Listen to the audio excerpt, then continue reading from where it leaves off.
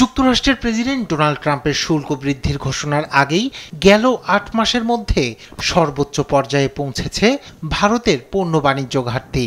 বৃহস্পতিবার ভারত সরকারের প্রকাশিত পরিসংখ্যানের বরাতে এ তথ্য জানিয়েছে বার্তা সংস্থা রয়টার্স। সরকারি তথ্য অনুযায়ী জুলাই মাসে ভারতের পণ্য আমদানি দাঁড়িয়েছে ৩৭.২৪ বিলিয়ন ডলারে।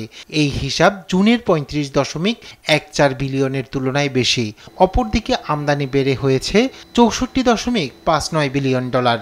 এর আগের মাসে যা ছিল ৫৩.৯২ বিলিয়ন ডলার।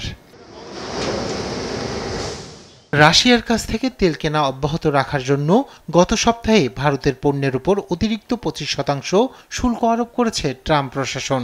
এই আরোপের ফলে মোট শুল্ক দাঁড়িয়েছে ৫০%। যুক্তরাষ্ট্রের শীর্ষ বাণিজ্য অংশীদারের মধ্যে এই আরোপ সর্বোচ্চ। তথ্য বলছে জুলাইয়ে যুক্তরাষ্ট্রে আমদানি শিপমেন্ট সর্বোচ্চ পর্যায়ে পৌঁছেছে, কারণ ছুটির মৌসুমের আগে সম্ভাব্য শুল্ক এড়াতে চীন ও অন্যান্য দেশ থেকে পণ্য আগেই আমদানি করে ফেলেছেন খুচরা বিক্রেতারা।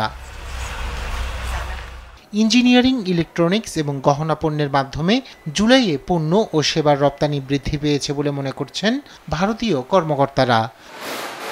রায়হান কবির শুভ্র, নিউজ ডেস্ক, দেশ টিভি।